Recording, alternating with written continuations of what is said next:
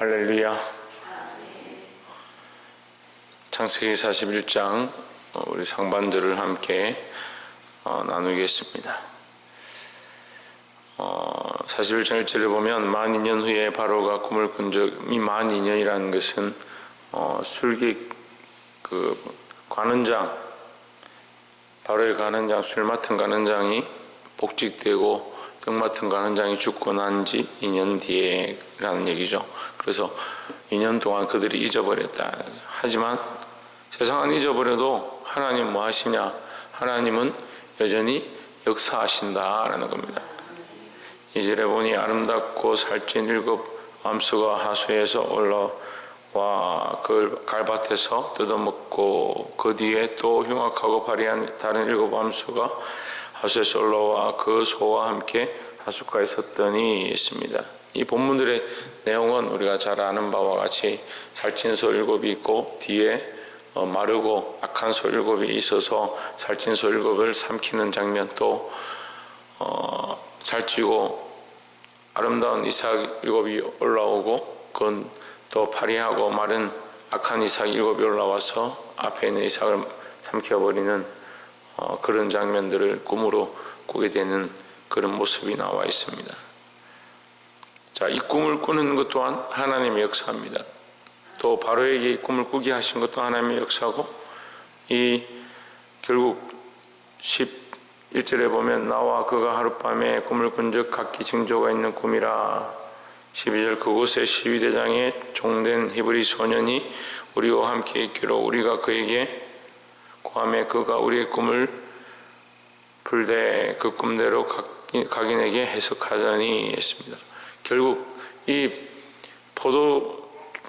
술 맡은 관원장과 떡 맡은 관원장이 꿈을 꾼 것도 하나님의 역사고, 그 꿈을 해석하게 하신 것도 하나님의 역사고, 그 꿈대로 이 일이 이루어지게 하신 것도 하나님의 역사고, 이 애굽에 이 소로의 꿈을 꿔서 거기에 풍성한 이 풍년과 또 흉년이 들어서 그것을 예비하게 하신 것도 하나님의 역사고, 그럼 하나님은 왜 이런 역사를 하시느냐?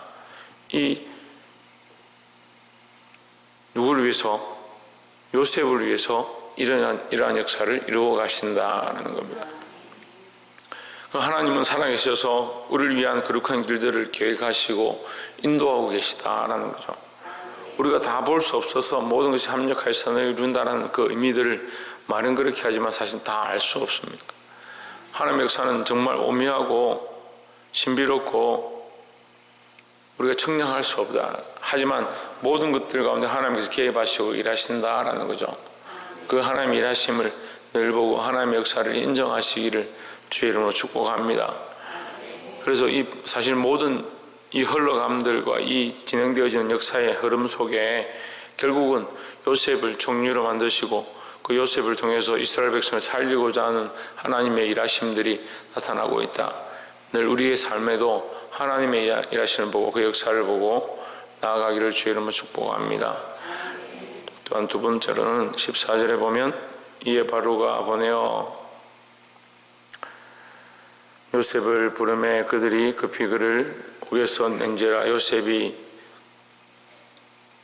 그 수염을 깎고 그 옷을 갈아입고 바로에게 들어오니 있습니다. 수염을 깎고 옷을 갈아입는 것은 신분과 상황이 바뀌었다. 하나님께서 그 고난을 감안하셔서 그를 살게 하셨다라는 거죠. 회복하셨는데 16절에 요셉이 바로에게 이르되 이는 내게 있는 것이 아니라 하나님이 바로에게 평안한 대답을 하시리이다 했습니다. 자, 이 요셉의 이 믿음을 봅니다. 요셉은 시위대 그 감옥에 갇혀서 사방으로 우겨쌈을 당한 상황 가운데 있었습니다. 아무 잘못도 없었는데 형들에게 팔렸고 또 그 여인에게 유혹을 당했지만 그것을 물리치고 그 유혹을 뿌리쳤다는, 죄를 짓지 않았다는 이유 때문에 애매히 고난받아서 감옥에 갇혔습니다. 근데 갇혔는데도 그 꿈을 해석해 줬는데도 그는 또한 풀리지 아니하고 계속해서 감옥에 2년 더 갇혀있는 그런 상황 가운데 있었습니다. 억울하죠. 바로 앞에 섰으면 내가 꿈을 해석해서 이 원수를 갚겠다 그렇게 해야 하지만 그는 먼저 무엇을 말하냐? 하나님 되심을 얘기하는 겁니다. 결국 요셉이 하나님과 함께하고 하나님의 역사가 일어나고 하나님이 그를 인도하시는 그 놀라운 일들 가운데 요셉 또한 하나님과 가까이 있었고 그의 입술로 하나님을 인정하는 그 신앙을 드러내고 있다라는 겁니다. 우리는 범사에 하나님을 하나님 되게 해야 하고 하나님의 역사를 보면 볼수록 하나님의 역사하심을 인정하고 하나님을 높여야 된다는 겁니다. 우리가 하나님을 높이고 하나님을 인정할수록 또한 하나님은 우리 가운데 가까이 계시고 우리 가운데 더 크게 역사하실 줄 믿습니다.